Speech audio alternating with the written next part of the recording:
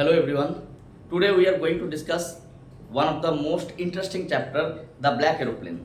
तो मैं रिक्वेस्ट करूंगा आप लोग एक कॉपी ले लीजिए। हम लोग ना तो सिर्फ इसको पढ़ेंगे लाइन वाइज, साथ में जो है हम लोग इसको पिक्चर की तरह समझेंगे। आपको फील कराएंगे जैसे कि आप एक कोई पिक्चर देख रहे हो, ठीक है। जबकि लिटरेचर में ड्राइंग नहीं किया जाता है, but I will try my best to make you understand the theme of the chapter, मतलब everything, the setting of the chapter. और जैसे जैसे स्टोरी डेवलप होगा we will also visualise with picture, ठीक है। तो चलिए इसको, आशा करता हूँ इस वीडियो के बाद आपको कोई भी वीडियो की जरूरत नहीं होगा, इतने डिटेल में मैं कोशिश करूंगा। आप टिके रहिए बस, इसमें ज़्यादा स्क्रॉलिंग मत करिए, थोड़ी देर मेहनत कर लीजिए, थोड़ा सा कष्ट करके हमारे वीडियो को भी देख लीजिए कैसा लगता है आपको। द ब्लैक एरोप्लेन, चलिए डायरेक्टली मैं टाइम वेस्ट ना करके आप एक किताब ले लीजिए, रिक्वेस्ट है एक किताब ले लीजिए। आप लाइन वाइज एकदम समझने में आसानी होगा। देखिए, the moon was coming up in the east, आपके बुक के लाइन है, the moon was coming up in the east behind me. चलिए पहले तो एक मून को ड्रॉ कर लेते हैं। Suppose this is the moon, the moon was coming up, clear, मतलब धीरे धीरे क्या हो रहा था, चांद जो है धीरे धीरे ऊपर की तरफ आ रहे थे। तो इसका मतलब समझ रहे हो ना कि इट्स मिडनाइट। हम लोग के लिए मिडनाइट है, हम लोग के लिए तो सोने जाने का टाइम है 1:30 बजे। तो धीरे धीरे ग्रेजुअली क्या होता है, चांद जो है ऊपर की तरफ, आसमान के तरफ जब बीच में आएंगे तो मान के चलिए मिडनाइट हो जाएंगे। तो the moon was coming up in the east, suppose this is the east side, ठीक है, ये हो गया ईस्ट साइड।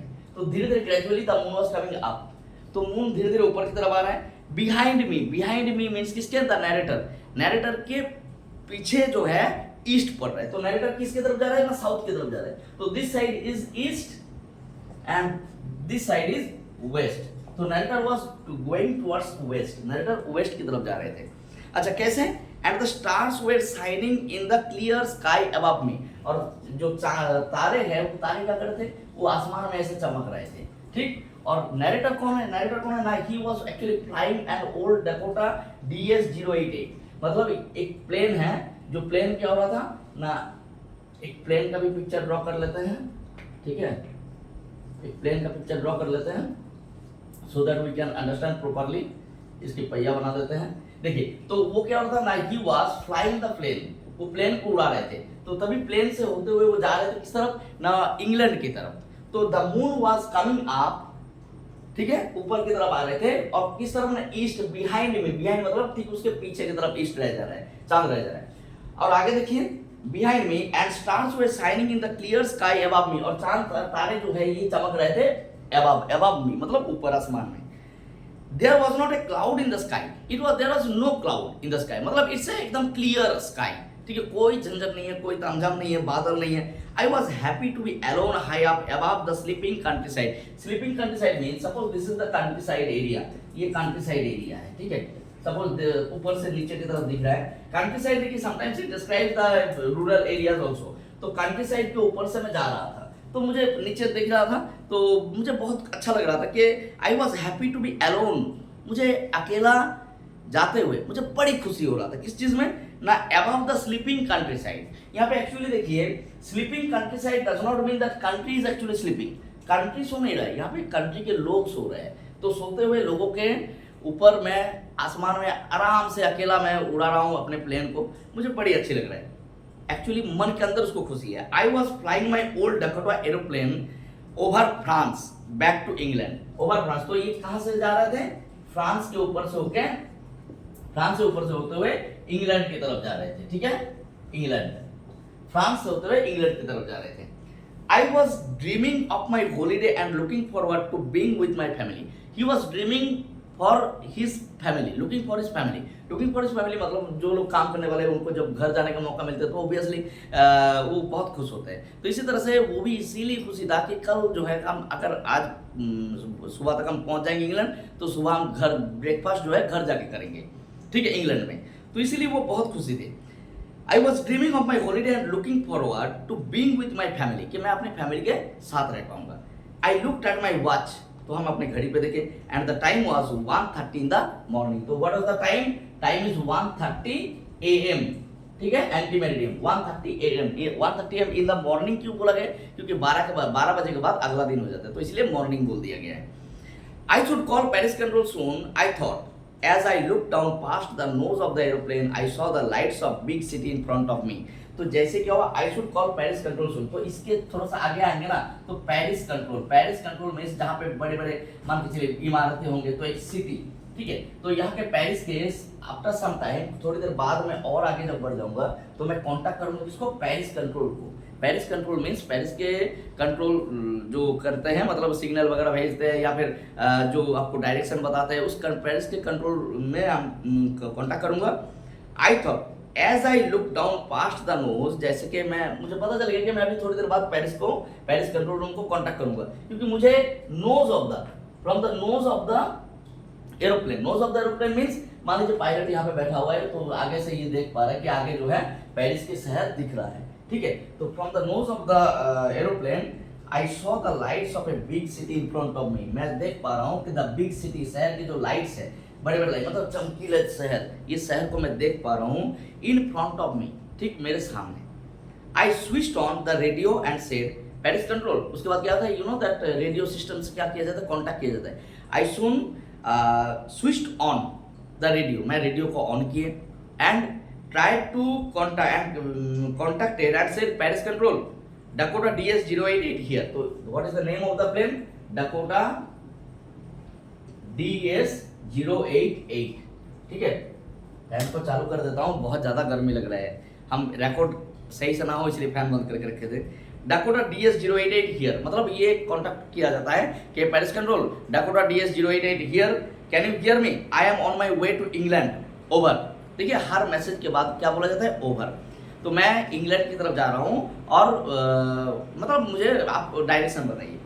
तभी देखिए रेडियो के उस पार से जो है वॉइस रिप्लाई करते हैं, the voice from the radio answer me immediately मेरे पास आंसर आते हैं। वो क्या आंसर है, DS-088। देखिए यहाँ पे पायलट के नाम से कोई मतलब नहीं है, actual identity is the number of the plane, इस प्लेन का नंबर क्या है ना, Dakota DS-088। तो यहाँ से क्वेश्चन आता है, तो उसकी कौन सा प्लेन थे, Dakota DS-088। तो रेडियो से उधर से रिप्लाई करते हैं Dakota DS-088, I can hear you, मैं तुमको सुन पा रहा हूँ।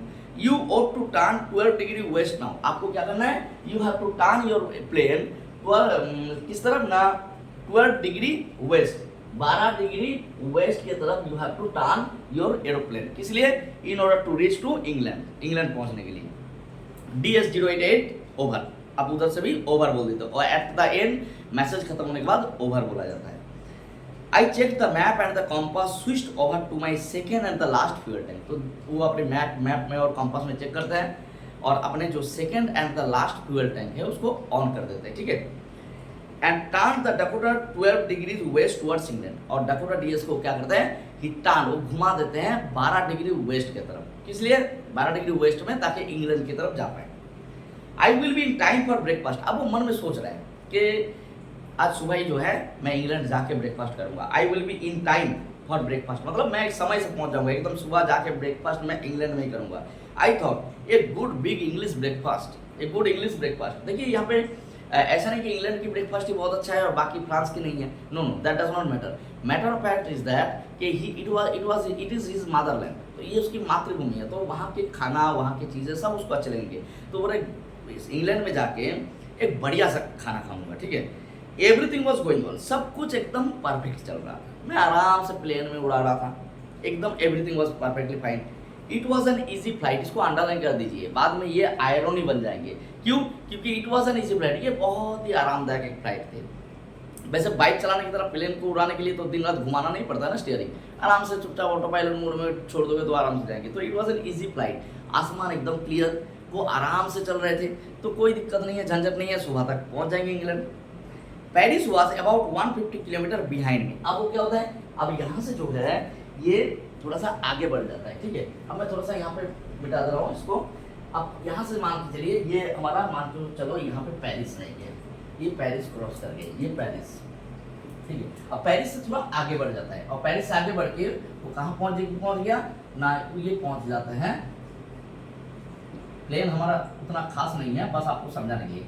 अभी पेरिस को जो 150 किलोमीटर पीछे छोड़ चुका है, ठीक है। The Paris was about 150 kilometres behind me मतलब पेरिस हमारे पीछे रह गया 150 किलोमीटर, ठीक। When I saw the clouds, ठीक उस टाइम मुझे क्लाउड्स दिख गया, क्लाउड्स मतलब बिग क्लाउड्स, ठीक है, बहुत बड़ा एक क्लाउड दिख गया इसको।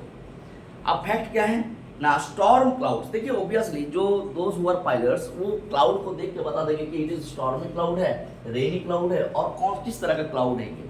तो ऑब्वियसली उसे देख के ही पता चलता है it is a stormy cloud, ये आंधी तूफान वाले क्लाउड है। दे वर ह्यूज, एंड उसकी जो साइज थे ना विशाल साइज थे, huge shape. They look like black mountain standing in front of me across the sky. देखिए अक्रॉस एक प्रीपोजिशन है जो यूज होता है फ्रॉम, इस एक तरफ से दूसरे तरफ तक फैले हुए ये बादल जो है, तभी मुझे ऑलरेडी मैं पेरिस को 150 किलोमीटर पेरिस से आगे आ गया हूँ, ठीक। अब ठीक उस टाइम मुझे बादल दिख गया। अब तक क्या था, flight was an easy flight, but suddenly जो है ही नोटिस दैट यहाँ पे बादल दिखते हैं। और ये बादल कैसे हैं ना, आंधी तूफान वाले। तभी देखिए ब्लैक माउंटेन, और इसकी साइज कैसा था, it look like a huge, विशाल, लाइक ब्लैक माउंटेन, एकदम ब्लैक कलर के माउंटेन की तरह। माउंटेन क्यों बोला गया, first of all because of the size, and second one black colour के mountain. I knew I could not fly up over them. देखिए आप एक चीज समझिए, ये प्लेन है, ठीक है। प्लेन को सडनली आप चाहोगे तो इसको उछाल तो नहीं दे सकते हो, ऊपर उछाल नहीं सकते हो। और क्या है दूसरी चीज, तो इसको अचानक से ऐसे ऊपर उठा नहीं सकते हो, तो आपको स्पेस चाहिए, बहुत ज़्यादा दूर तक दूरी चाहिए in order to take it high above. तो सडनली जो है I knew I could not fly up and over them, मतलब मैं इसको, इस जो बादल है इसको मैं ऐसे लांग नहीं सकता हूँ, ठीक। दूसरी बात है, and I did not have enough fuel to fly around them to the north और साउथ। सपोज मुझे आपके पास यहाँ से डायरेक्ट जाना है, तो मैं हो सकता है 1-2 कदम की रास्ता है, ठीक, और मैं वही घूम के आऊँगा तो बन जाएगा 10 कदम।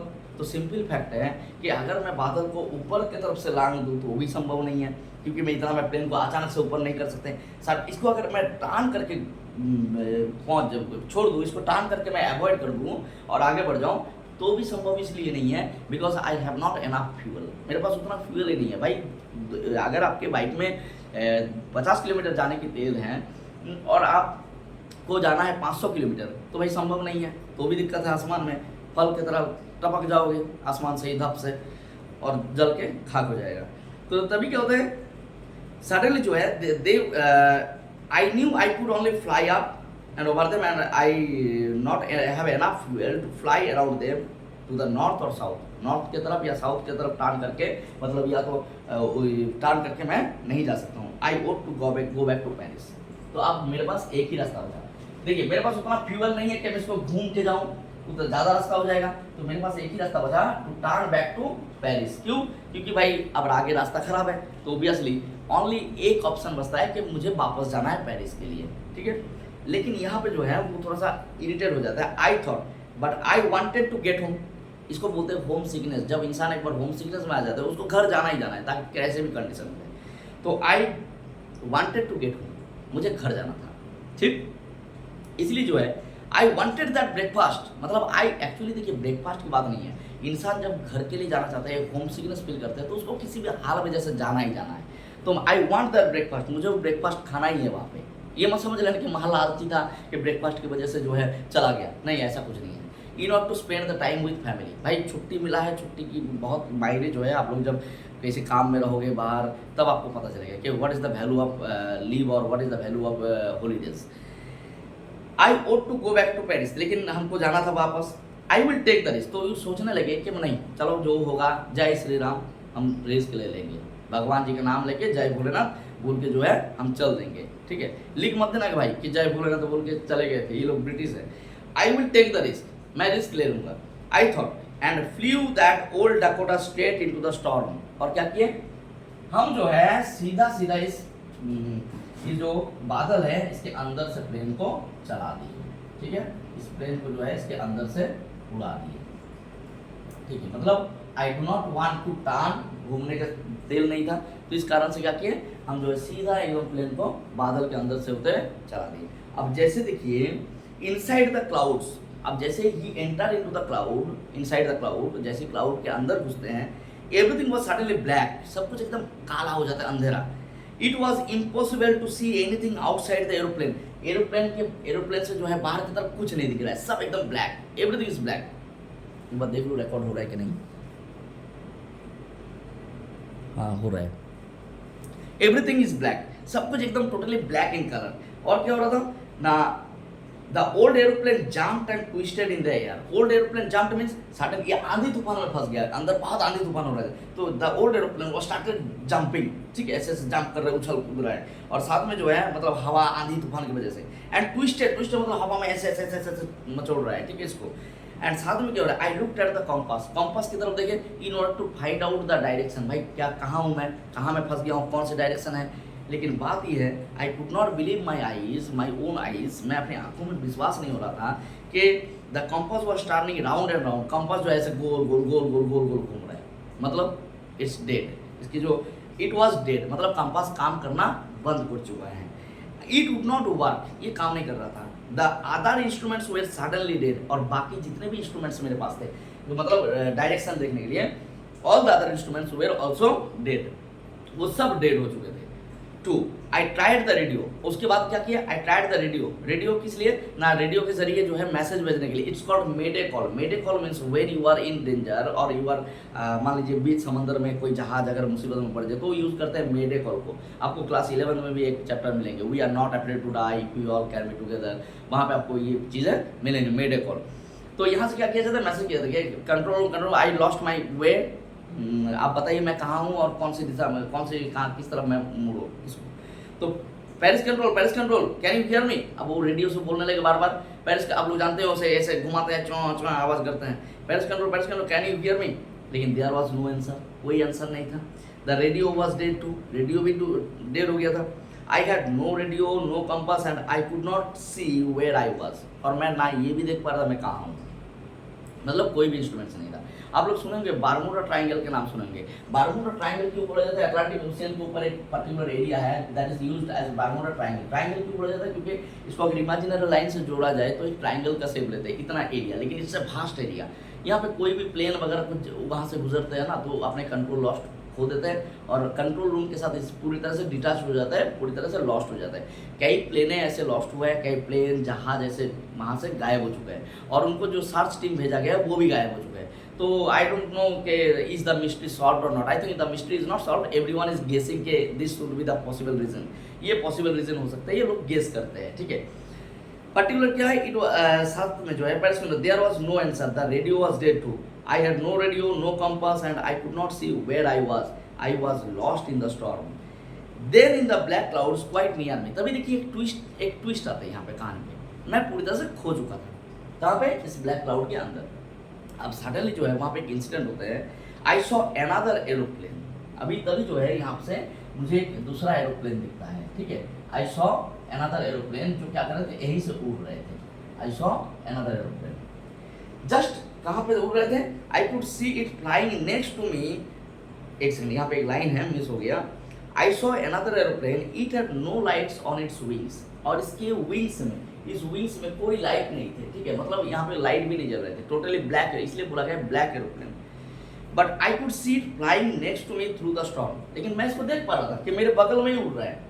अब यहाँ पे कैसे देख पा रहा था, बोला नहीं है, द स्टोरी थोड़ा बहुत इमेजिनरी भी है, मतलब आप इमेजिनरी नहीं बोल सकते हो, फिक्शनलाइज्ड भी बोल सकते हैं, या फिर little bit supernaturalism is also here, थोड़ा बहुत सुपरनैचुरलिज्म है, तो लेकिन मैं इसको देख पा रहा था इस स्टॉर्म में भी, but I could see it flying next to me through the storm, इस आंधी तूफान से गुजरते हुए भी I could see this aeroplane just flying just beside me, I could see the pilot's face turn towards me, अभी तभी देखिए पायलट ऐसे ऐसे जा रहे थे प्लेन, तभी देखिए I could see the pilot face turn towards me, मान लीजिए you are the pilot and I am the another pilot who is flying the black aeroplane, तो मैं टर्न करता हूँ ऐसे आपकी तरफ and waved my hand and directed you to wave follow me, ठीक है, मैं आपकी तरफ घूमता हूँ, आपकी तरफ वेव करता हूँ हाथ को और फॉलो करता हूँ, बोलता हूँ कि फॉलो मी, तभी देखिए I was very glad to, I could see the pilot's face turn towards me, I was very glad to see another person, मैं बहुत खुश था कि चलो भाई कम से कम एक दूसरा आदमी तो दिखा इस आंधी तूफान में। ही lifted one hand and wave, वो एक हाथ उठाते हैं और कहते हैं वेव करके follow me, he was saying follow me, he knows that I am lost, उसे पता चल गया था कि मैं पूरी तरह से खो चुका हूँ इस आंधी तूफान में। I thought he is trying to help me, वो क्या चाह रहे थे, वो मुझे हेल्प करना चाह रहे थे, he was trying to help me, he turned his aeroplane slowly to the north in front of my Dakota, तो देखिए वो क्या करते हैं, he slowly turned his aeroplane towards the north, ठीक है, slowly to the north, यहाँ पे क्वेश्चन है मेरा, देखिए राइटर्स कभी कभी आप लोग क्रिटिक जानते हो, critic, if you are a critic तो आपको मतलब ढूंढना है कहाँ कहाँ गलती है। देखिए एक चीज़ मुझे यहाँ पे थोड़ा और लगा कि अगर ये अपना खुद का डायरेक्शन भूल चुका है, अपना कॉम्पास सब कुछ खत्म हो चुका है इंस्ट्रूमेंट, तो इसे कैसे पता कि जो ब्लैक एरोप्लेन था वो नॉर्थ के दिशा में टर्न किया, ये मेरा सवाल है। ठीक है, यहाँ पे कहीं ना कहीं राइटर ने जो है थोड़ा सा लिटिल बिट मिस्टेक किया है। अब इसको मैं जस्टिफाई भी कर देता हूँ किस तरीके से। अब इसको एक ही तरीके से जस्टिफाई करता हूँ, जैसे मैं यहाँ पे खड़ा हूँ, अगर मैं यहाँ पे खड़ा हूँ तो मेरे राइट साइड हो गया ईस्ट, लेफ्ट साइड वेस्ट, ऊपर की तरफ नॉर्थ, नीचे की तरफ साउथ। तो ये जो एरोप्लेन था जो उसके साइड में था वो सीधा ऊपर की तरफ ऐसे घुमा दिया, तो इसीलिए शायद बोल सकते हैं कि मेरे नॉर्थ की तरफ। ठीक है, तो इन फ्रंट ऑफ माई डकोटा, मतलब वो ठीक मेरे डकोटा DS-088 के ठीक ऊपर से जो है यहाँ पे आके मेरे आगे आगे चलने लगे, so that it would be easier for me to follow him, ताकि मेरे लिए आसानी हो जाए उसको फॉलो करना, उसके पीछे पीछे फॉलो करना। I was very happy to go behind the strange aeroplane like an obedient child. आप माता पिता के साथ जब मंदिर में या कहीं घूमने जाते हो तो ऑब्वियसली आपको ज़्यादा दिमाग लगाने माथा पच्ची करने की जरूरत नहीं होता कि कौन सा रास्ता है, मैं रास्ता तो नहीं खो गया हूँ, क्योंकि आपके माता पिता आपको रास्ता दिखा के ले जाते हैं। तो ऑब्वियसली ऐसे ही लाइक एन ओबीडियंट चाइल्ड ये जो है डकोटा DS-088 के जो पायलट है नरेटर, वो ब्लैक एरोप्लेन के पीछे पीछे अपने एरोप्लेन को उड़ाते गए। After half an hour, the strange black aeroplane was still there in front of me in the clouds. लेकिन आधा घंटा बीत गया भाई, लेकिन अभी भी जो है वो ब्लैक एरोप्लेन मेरे आगे आगे उड़ रहे हैं और मैं भी उड़ रहा हूँ उस बादल में। लेकिन तब मुझे टेंशन होता है। Now there was only enough fuel in the old Dakota's last tank to fly for 5 or 10 minutes more. लेकिन तभी या मतलब हम रियलाइज किए कि मेरे ओल्ड डकोटा DS-088 में अभी जितना फ्यूल बचा है, मतलब ईंधन बचा है, वो 5 से 10 मिनट ही उड़ सकते हैं आसमान में उड़ान के लिए। तो इसके बाद क्या होगा? आधे घंटे से तो मैं उड़ ही रहा हूँ इस काले बादल में, इसके पीछे ये ब्लैक एरोप्लेन आगे भी जा रहा है, मैं पीछे पीछे जा रहा हूँ। लेकिन अब जब अगर ये बाहर कब रास्ता दिखाएगा, मैं कब क्लाउड से बाहर निकलूँगा, तो समझ में नहीं आ रहा था इसको। तभी ये डर जाते हैं। लेकिन तभी क्या होता है, I was starting to feel frightened again, फिर से मुझे डर लगने लगा। अब बीच में जो है डर खत्म हो गया था।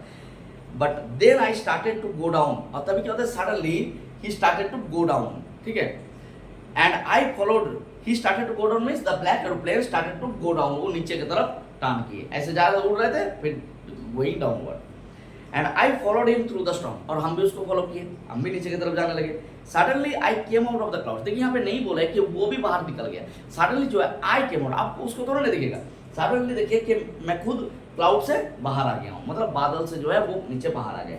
And saw 2 long straight lines of lights, और सामने क्या दिखा, 2 straight longs of lights.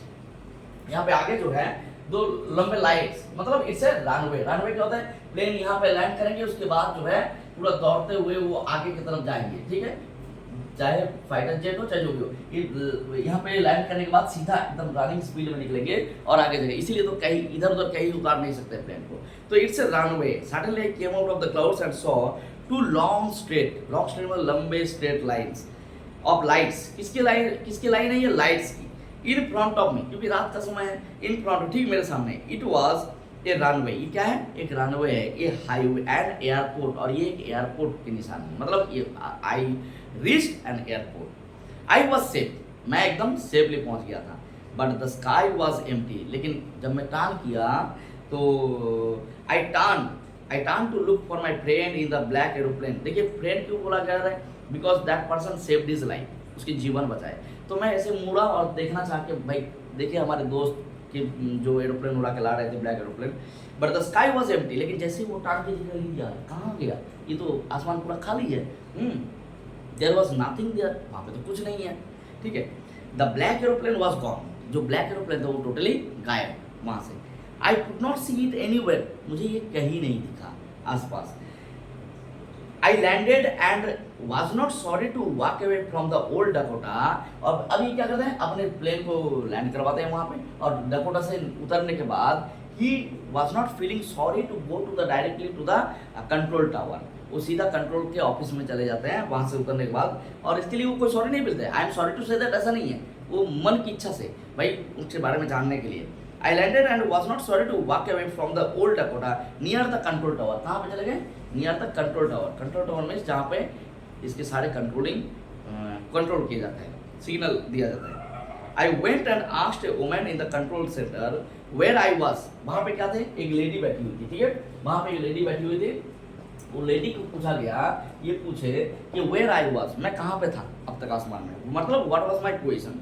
I was and who the other pilot was and he also inquired about the other pilot. Other pilot में जो मेरे बगल में जो ब्लैक एरोप्लेन उड़ा रहा था वो कौन था, ठीक है। आई वॉन्टेड टू से थैंक यू। देखिए आप ये मत बोल दीजिए उसको, उस लेडी को थैंक यू बोल रहे हैं, नहीं। आई वांटेड टू से, मैं चाहता था थैंक यू बोलना। देखिए इन्वर्टर कोमा के अंदर है, मतलब the narrator wanted to thank the pilot of the black aeroplane, ठीक है, because he saved his life, क्योंकि उसने उसका जीवन बचाया। She looked at me very strangely, वो थोड़ा अजीब होकर देखती है, ये क्या बोल रहे हैं भाई, पागल है क्या। एंड देन लाफ्ड, और उसके बाद हंसने लगे। अनदर एरोप्लेन, अब they are in the storm, इस आंधी तूफान में दूसरा एरोप्लेन उड़ेगा, है। नो, देखिए ऐसा पढ़ दिया गलत हो गया। No other aeroplane were flying tonight, दूसरा कोई भी एरोप्लेन आज रात को नहीं उड़ान भरे है। और सबसे बड़ी बात है, yours was the only one I could C on the radar. Radar क्या होता है आप जानते हैं, ऐसे ऐसे गोल तरह का होता है जिसमें सिग्नल देता है कहाँ से जा रहे हैं, बूम बूम बूम बूम ऐसे आवाज़ होता है। ऐसा नहीं होता है, अलग ही तरह का होता है। तो रैडर में बस तो आप ही के एरोप्लेन दिख रहा था और कोई दूसरा एरोप्लेन दिख ही नहीं रहा था। सो अब यहाँ पे उसके मन में क्वेश्चन आ जाता है कि तो मुझे जो हेल्प किया वो कौन था मेरे बिना कंपास के। So who help me to arrive there safely, तो मुझे वहाँ पहुँचने में, उस रनवे तक पहुँचने में, उस एयरपोर्ट तक पहुँचने में मुझे मदद कौन की है सेफली विदाउट ए कंपास, वो भी सेफली विदाउट ए कंपास और a radio and without any more fuel in my tank, और ज़्यादा फ्यूल भी नहीं था मेरे टैंक में, फिर भी मैं सेफली वहाँ तक पहुँचे कैसे, ठीक है। वो जो हेल्प करके मुझे पहुँचाया वो कौन था। Who was the pilot on the strange black aeroplane, तो पायलट कौन था ब्लैक एरोप्लेन में, flying in the storm without lights, और जो अपने प्लेन को उड़ा रहे थे विदाउट लाइट्स। देखिए यहाँ से क्वेश्चन आता है, बहुत ज़्यादा क्वेश्चन इस चैप्टर से नहीं आता है, लेकिन कुछ क्वेश्चन इंपॉर्टेंट होता है कि how the black aeroplane help the narrator, ठीक है, नरेटर को कैसे हेल्प करते हैं। दूसरी चीज़ जो है वो कैसे स्टॉर्म में फंस गया, वो क्यों उस दिन रिस्क ले लिए, ठीक है, why he took the risk to go through the storm. तो ये सारी चीज़ आपको बताना है। Describe the what is the irony here, तो मान लीजिए बोल रहे it was an easy flight, लेकिन बाद में कैसे वो टॉप हो जाता है, ये सब डिस्क्रिप्शन आते हैं। यहाँ पे एक इंपॉर्टेंट चीज़ बता दे रहा हूँ आपको, ये स्टोरी थोड़ा सा आपको पता होगा कि गौरव तिवारी की स्टोरी के साथ मैच होता है। गौरव तिवारी जो है India most famous paranormal investigator और फर्स्ट पैरानॉर्मल इन्वेस्टिगेटर, तो उसने वो भी एक तरह से पायलट थे। आप उसके बारे में सर्च करेंगे तो पता चल जाएगा। वो जब प्लेन को उड़ाए थे तो उस टाइम जो है उसके प्लेन में ये सारी दिक्कतें आ गए थे, और उसके बाद पता नहीं उसको उसके पीछे कोई बैठा हुआ मिला था, कोई दूसरा पायलट, जो जबकि वो था ही नहीं। वो उसको इंस्ट्रक्ट किया कि ये चीज़ें करो, आप सेफली लैंड कर जाओगे। तो उसको जो प्लेन को सेफली लैंड करवा के वो आदमी गायब। तो ये घटना गौरव तिवारी को पूरा चेंज कर देता है। वो लंदन चला जाता है और पैरानॉर्मल इन्वेस्टिगेशन सीखते हैं। एक पायलट जो है ट्रांसफॉर्म हो जाता है पैरानॉर्मल इन्वेस्टिगेटर के तौर पे। तो चलिए अच्छा हुआ, आशा करता हूँ आपको वीडियो अच्छा लगा। अगर अच्छा लगा तो लाइक सब्सक्राइब जरूर करिएगा। अगले वीडियो में मिलते हैं। Thank you.